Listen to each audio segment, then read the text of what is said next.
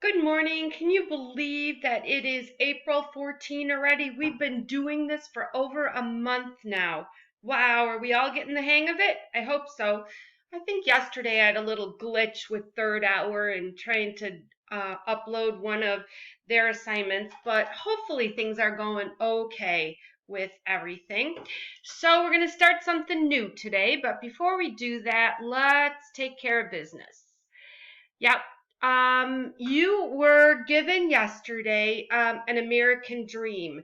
That's going to be an essay. So I'm really expecting a half a page, three quarters of a page, a whole page typed. I'm expecting it to have capital letters for proper nouns. Read it over. I'm not going to give you a test on this chapter because I don't feel like we really covered it as well as what I would have liked to.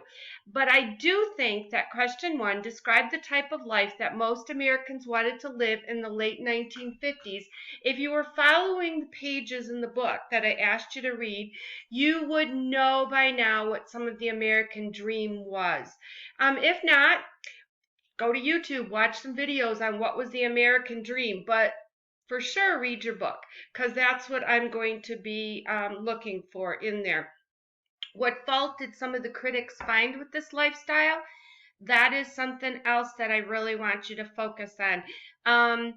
The American Dream, we're going to talk about that, or we read about that, and people wanting to get a house, move to the suburbs, have a couple of kids, and cookie cutter houses, and mom was staying home.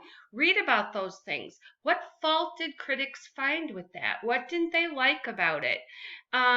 So I expect for most of you, your answer is going to focus on one and two. And like I said, typewritten, half a page minimum.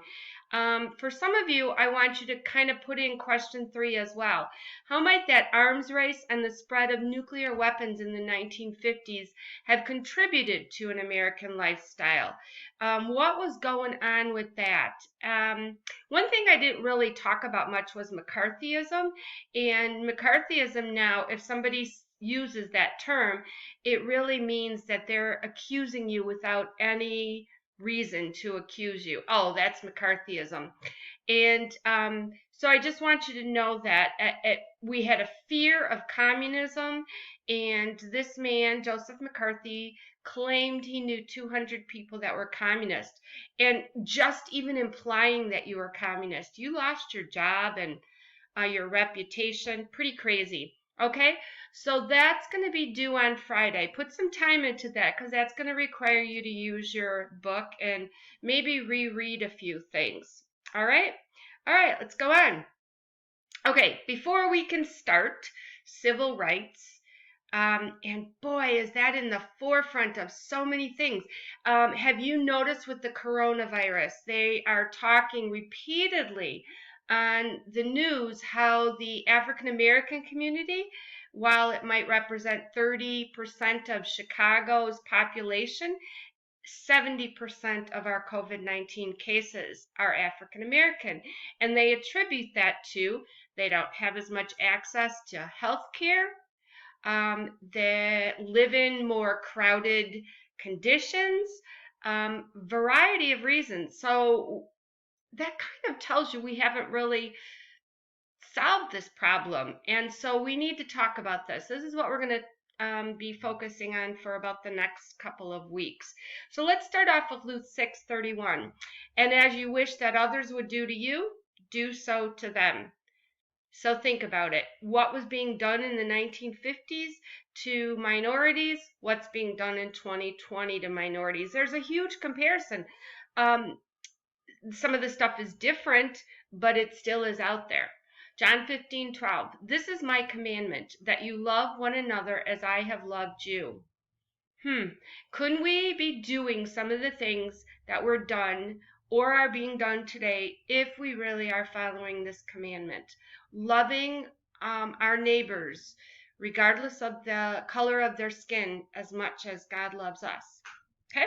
That's supposed to be 1 John 4:20 and 21. If anyone says, I love God and hates his brother, brother here is not like your sibling. Brother is as in brotherhood. He is a liar. For he who does not love his brother whom he has seen cannot love God whom he has not seen. And this commandment we have from him: whoever loves God must also love his brother.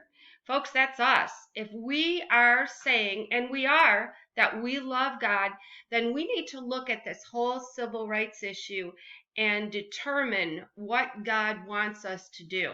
Now that's going to be scary, as we'll talk about in in some of the protests coming up.